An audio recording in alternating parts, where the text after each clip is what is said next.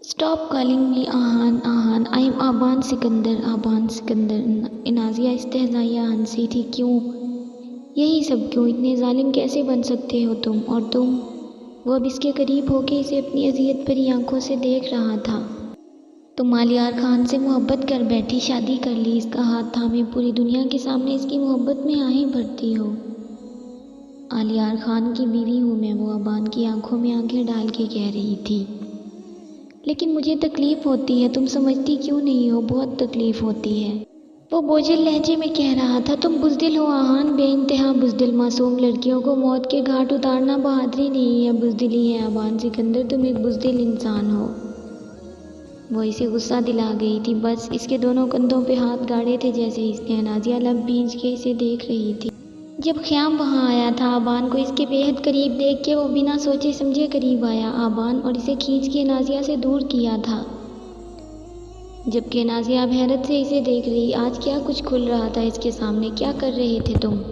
تو وہ کڈنیپر تم ہو آبان سکندر، مجھے شک تھا تبھی تمہیں فالو کرتا آیا، کہا تھا نا نازیہ سے دور رہو۔ خیام نے تیز لہجے میں کہا۔ شٹ اپ خیام، تو مجھے بتائے گا اب کہ مجھے کیا کرنا ہے اور کیا نہیں۔ آبان اسے تیز نظروں سے گھور رہا۔ تجھ سے کہا تھا جو کرنا ہے کر، نازیہ سے دور رہ، اس کے پاس بھی نہ پھٹکنا۔ خیام اب بھی غصے میں تھا، جبکہ آبان ہنسنے لگا۔ میں تو پھٹکوں گا، کیا کر لے گا تو؟ جان لے لوں گا تیری، میں قتل کر دوں گا، وہ چلایا تھا۔